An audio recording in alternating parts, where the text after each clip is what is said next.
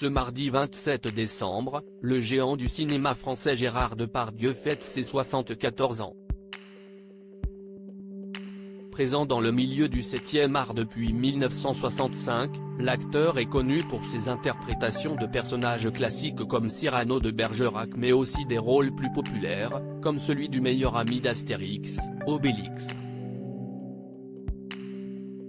Traversant les époques, il est devenu incontournable dans la société française, que ce soit pour ses rôles au cinéma ou bien pour ses frasques publiques, comme son amitié revendiquée avec le président russe Vladimir Poutine.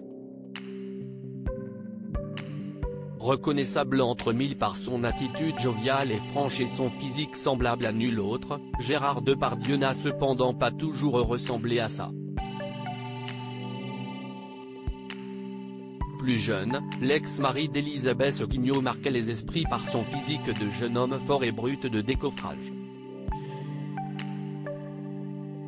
Originaire de la campagne de l'Indre, le jeune Gérard Depardieu monte en 1963 à Paris pour percer dans le milieu du théâtre et du cinéma.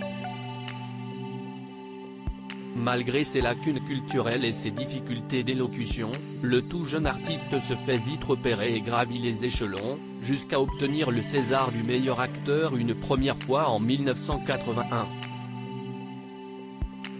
En 1983, le grand-père des enfants de Philippe Catherine et Julie Depardieu a joué dans le film La Lune dans le caniveau réalisé par Jean-Jacques Benet.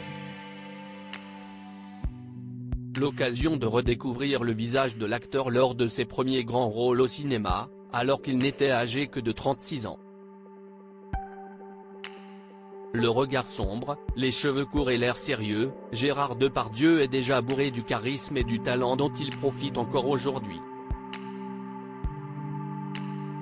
Gérard Depardieu, qui sont les femmes de sa vie ?